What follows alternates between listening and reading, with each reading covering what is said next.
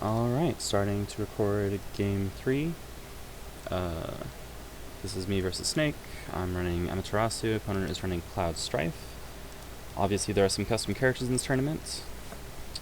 Though who knows, maybe by the time y'all watch this, you specifically, the person doing this, are watching this recording, we already have the characters officially in Exceed. This is a pipe dream, but it's a pleasant one.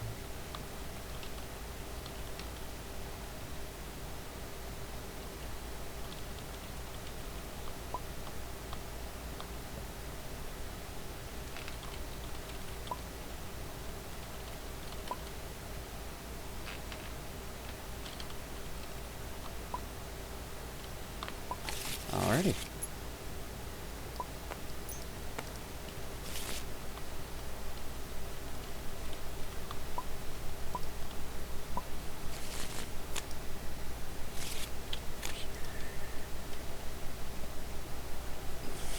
Okay. Yeah, so we're picking up the third game of a tournament set, best of 3. So this will decide the set. I'm running Amaterasu, opponent's Cloud Strife. Cloud is basically a Red Rising character with some interesting twists, but he likes the number 3 when it comes to gauge. Alright, I'm going second, so I'm going to make sure I have acceptable defensive tools. He's not super good at range. He has 2 decent projectiles. Actually, he has 1 really good sweep, which at range 4 functions like a projectile. I need to be very wary of giving this guy a gauge, but I am also notably a rushdown character, so it's going to be like dicey. Because the thing with rushdown characters is they tend to trade. Like, it's hard to be a rushdown character who also is evasive. Noelle comes to mind, right? But often you're going to be running a balanced mix-up, which means your opponent will often have the option to trade with slow attacks. Alright, turning to range 1. This feels familiar. Alright.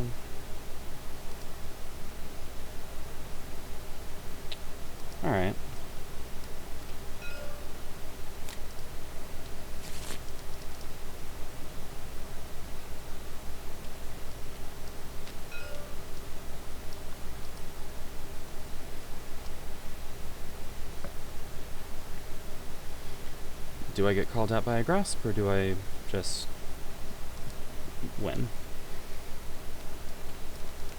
Yeah, okay. Low value, but it works.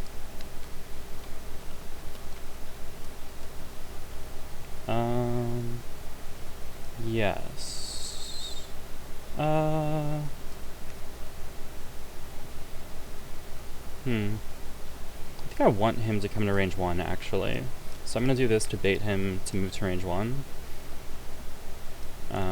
So that I can then change weapons with the boost that is hopefully still in my hands. Was I paying? Yeah, okay, there it is.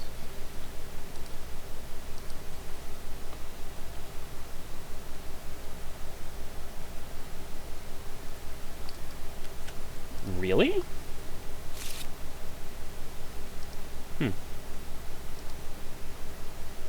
Fascinating.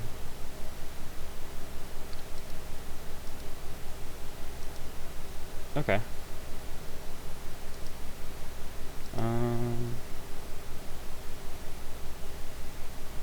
Yeah, let's change our minds. I mean, it's actually what we wanted to do all along.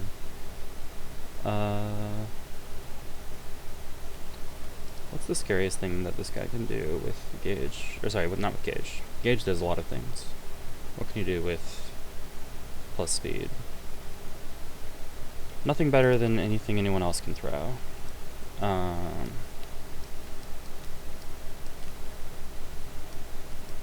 So I will do that, get my gauge.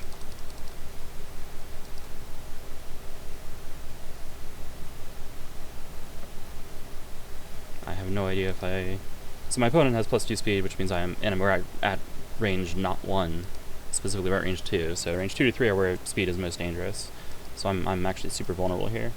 If he doesn't capitalize this turn, I can make this situation a little better for me, though.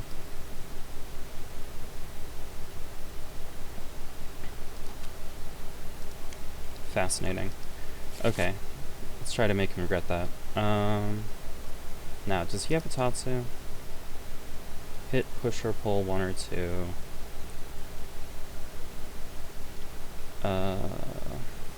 Pull, push. Okay, I don't really believe that he has... I'm not seeing any after movement. I don't believe that he has second cross, or I don't think he's going to play it. So, pay 2 force, close 2, critical.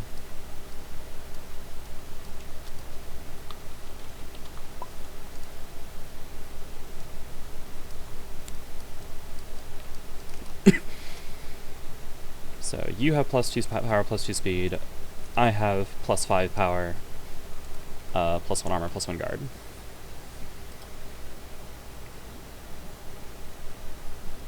Dive is a reasonable answer. Cross is the safe answer. Big trades are what I'm actually expecting.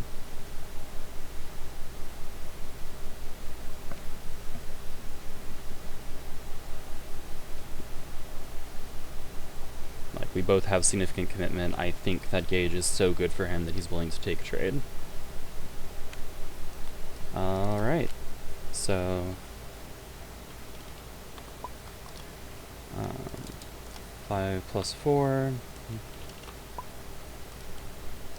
is 9 damage.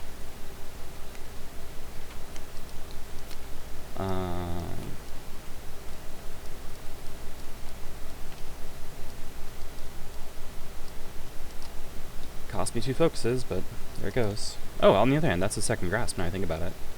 That's really good.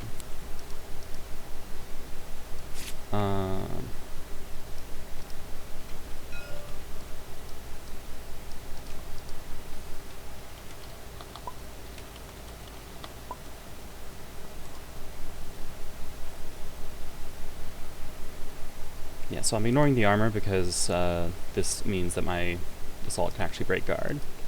This feels telegraphed because I have a speed 6. Okay, yeah, so 4 to you, 6 to me. Darn, I can't do it again. Well, I couldn't do it again anyway, actually.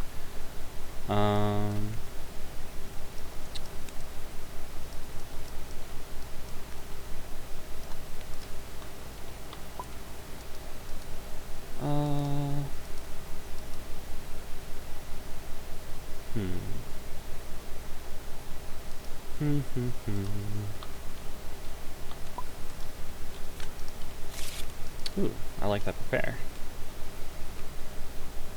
I have good ultras, but I really, really want the draw effect, so I tend to play Golden Ink Pot. Okay, that's cool.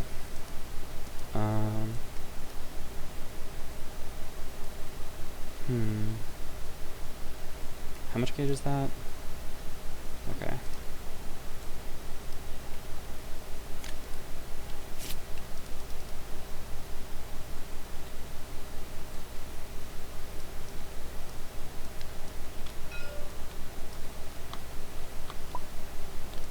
This feels very telegraphed. Trades. Yeah, so first I get hit. And pull 3.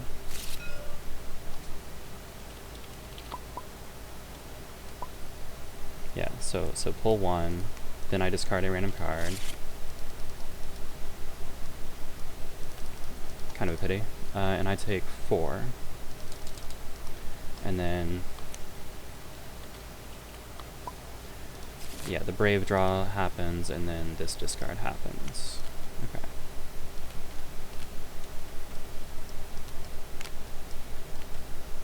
I love being able to threaten that crit for advantage.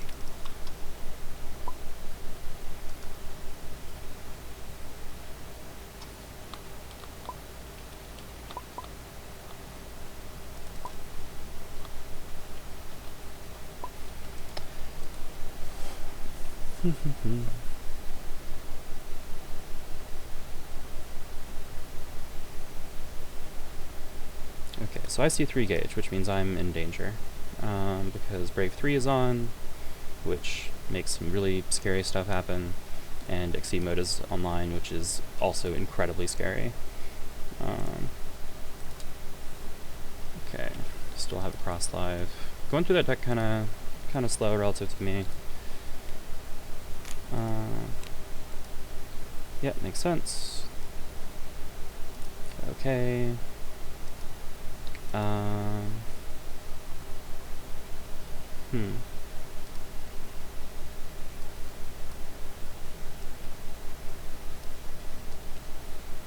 Gauge was nice to have, but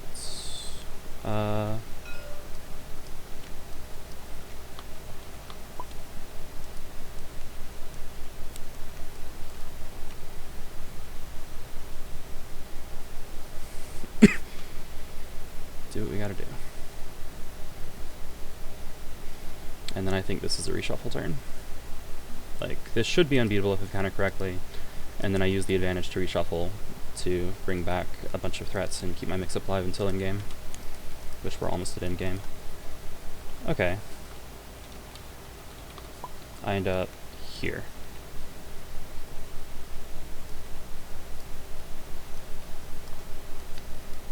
Oh, Fleetfoot's engaged. That's fine. It's still worth the tree shuffle. It's not like I was going to draw both of them post-shuffle in all likelihood anyway.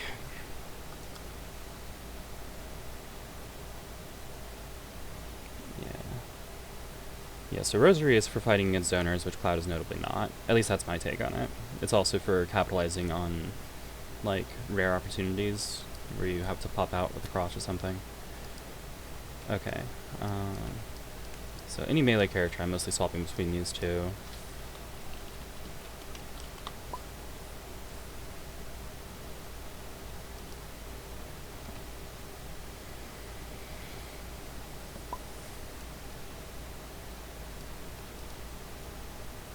Oh, that was a sure, I will check your discard. Okay.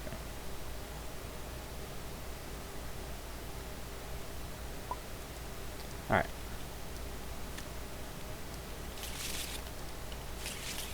That's a funny draw. This actually goes back to a rule I developed in the first year that I was playing Exceed ever, when my friend Jay and I determined that, per the laws of the universe, I'm recording, right? Yeah, I am. Okay. Per the laws of the universe, if you check your opponent's discard and determine they have one copy of a normal, and you have a reading, then they reshuffle after you conspicuously check their discard pile. They will draw the second copy. So whenever you use reading, you have to make sure that you can cover the EX, especially if it was unbelievably unlikely that they will draw it, because that means they definitely drew it.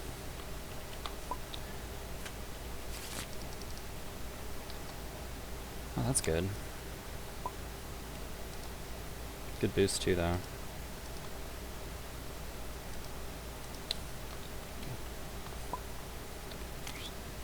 Okay. I'm nervous about getting blade beams into the wall for 1,000,000 damage and a combo. I guess it does an advantage. That's nasty.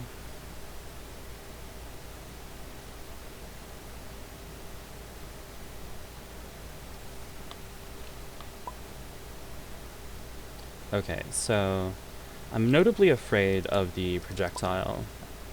Normally not super scary, but really, really good with defend here. Yeah, so if I cross against this, he whops me for 4 to 7 power his choice. Gets a massive amount of mileage. This is scary.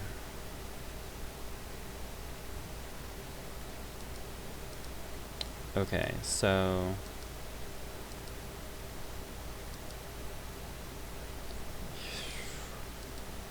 it really feels like a Meteor Rain setup. Okay, at which point you would have to trigger this first in order to get the full effects. I would lose a bunch of value.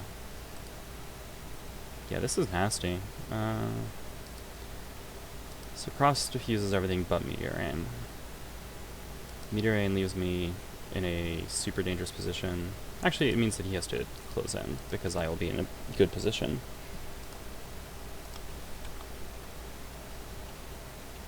Yeah, okay. So how do I deal with that? I can beat that on offense. Okay. Nah, it's just better to do this.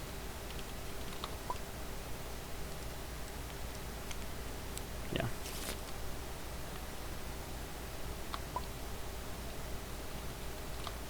Mm. There's still one cross live.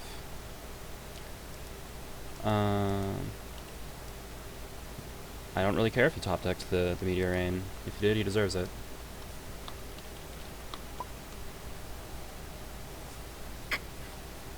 But yeah, he gets 3 pulls, right? The top deck and the Wild Swing, and if it's sorry, 2 pulls. Yeah, top deck and Wild Swing. If it's an ultra, then he might get a 3rd, but that doesn't really count. Whew. Okay.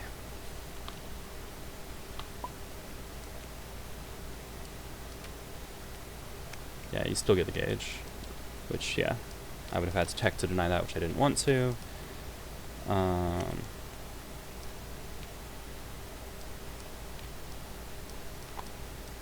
Hey, look, range that might actually matter.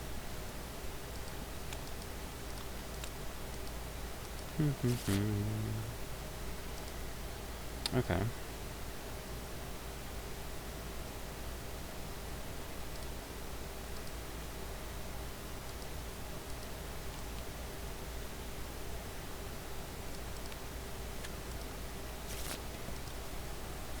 Yeah, some interesting things happen with range and speed interactions here. Typically, range is effective speed, but when you have plus range and minus speed, it's not that. It just changes the shape of your attacks into weird mid-rangey attacks. Now, I can crit for bonus range, giving me, like, effective speed out to range 3. But the other weird thing is that base +1 range that I get for initiating is whenever I initiate, I can't turn it off. It's not that part's not a crit, right? Yeah. So he usually, like what the opponent will usually do is try to manipulate their position and make it unfavorable for me to initiate. Yeah, like that. Perfect. That's what I wanted to see. Okay, so I have a bunch of options now. I think, do I want to advantage chain? No, I have speed, so I want power.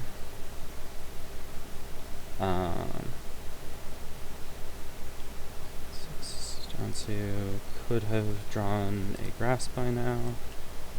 No, we do this, and we get power. Yeah.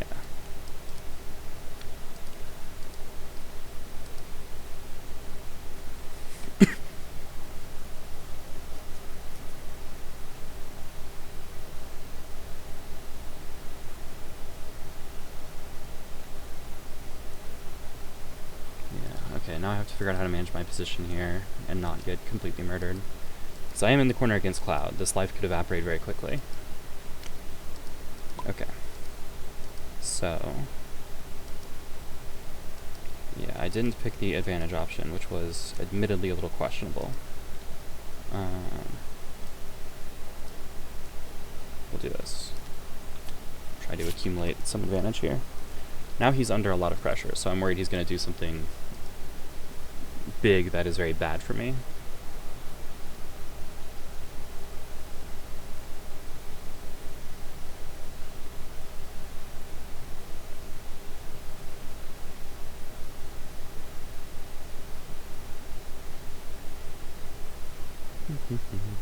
I did make it pretty hard to reading me by reshuffling as early as I did, but, you know, he still could.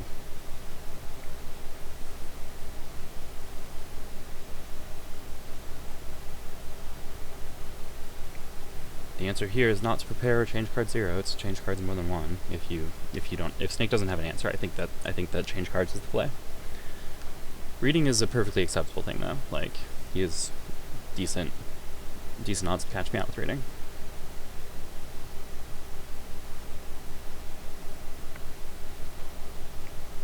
A lot of considerations happening over there.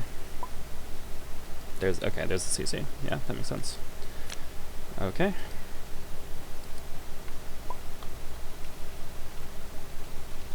Yep. discard.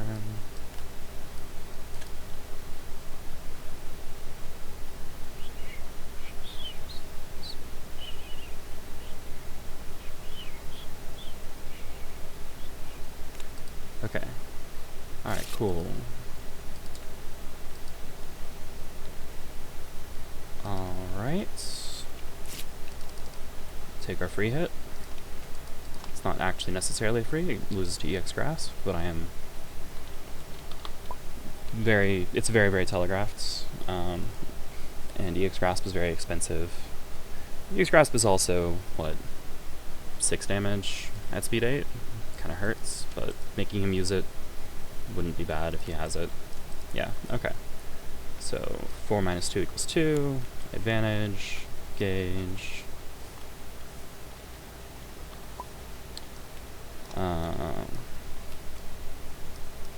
Now the other advantage button. Okay, so do I actually think that there is... most people aren't willing to play across here, even when it's correct.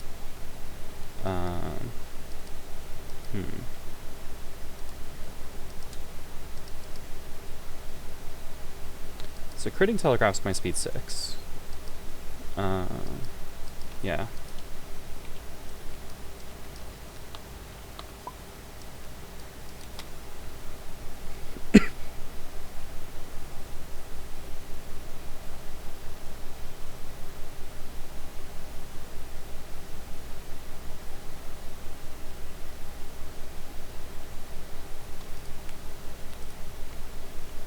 Neat.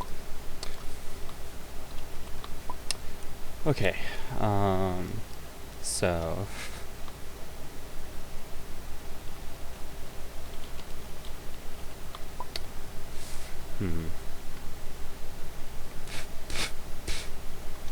Okay. The power is obviously not needed, but the minus speed could actually be a problem. Yeah, so we do glaive so that we don't have to worry about the drawback of the ranged one. Okay. And now from here, I gotta think about what my probable things are. So we played the defensive button for the big thing. Losing only to cross is a very, very acceptable loss condition. And if I'm at range 1 with the X-Dive in hand, I'm also in pretty good shape. I don't need to crit, I don't need the power. Yeah, if he plays cross, he backs himself up into the wall and goes and is in a, like, makes it hard to corner me. That's the thing, right? Like, he wants the opponent in the corner, which means that he actually really does not want to be at the edge himself. Okay, so I take 3. And of course I want the advantage one.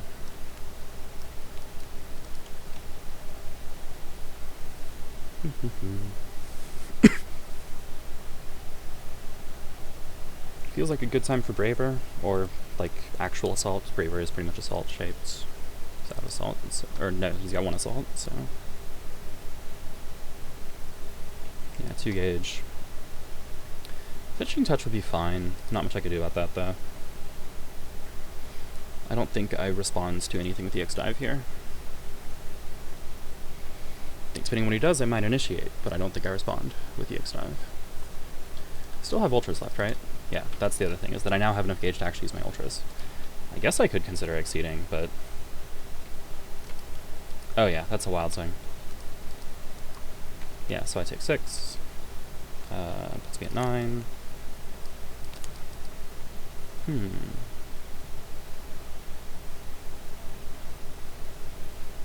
Thinking about it.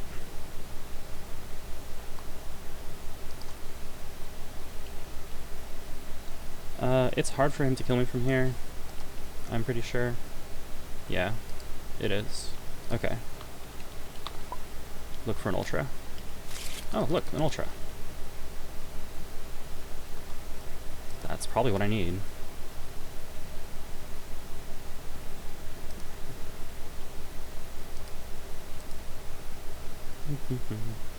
Would kind of like to not be at range 1. I'm actually initiating the Force Shears is extremely hard to deal with. Okay, that's why we tech.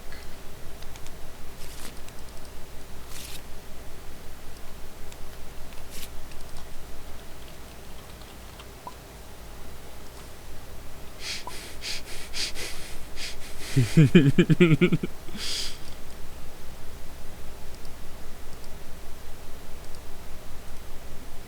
it has both grasp back, right? Yeah, so EX grasp, speed 8. But he can't push me to the wall, which is an incredibly important consideration here. This feels like a time to Hail Mary reading. He is Brave 3, but that's not good enough if I get to initiate. Meteor Rain at speed 4 becomes pretty nasty. I think if he initiates, I want Divine Retribution, just for the armor. Yeah, and if he doesn't, then I initiate with 4 shears, and I have advantage. The question is... Okay, if he has the second block, then he can still survive that. Yeah, okay, well he has another way to still survive that. But yeah, that feels fake to me.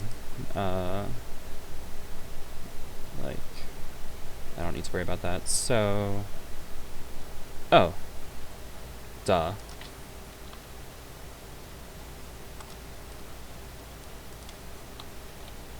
So draw 3.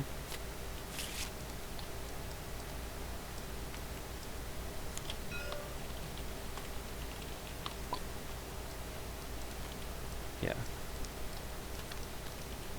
Okay. So he actually has the armor.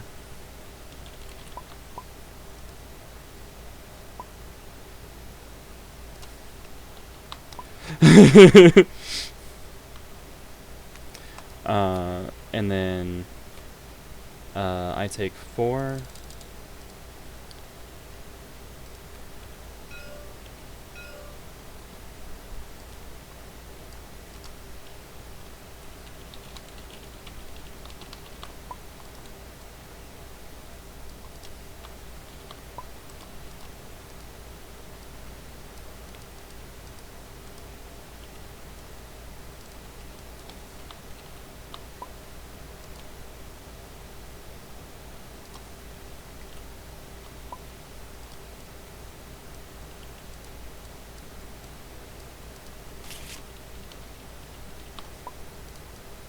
I just realized I could do this.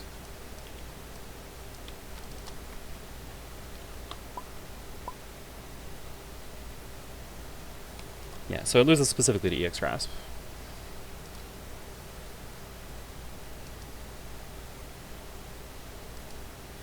Because this is a speed 7 power mini, and it gains advantage, so that's, if he does have block, then I can still hit with Grasp on the next turn. I probably should have thrown...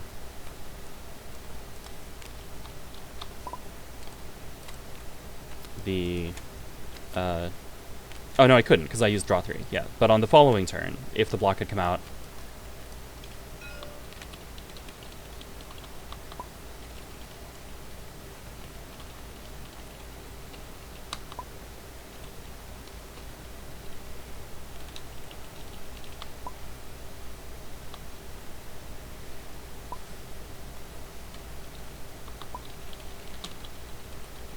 Okay. That's the set. Just time to end the recording. Without further ado, I guess.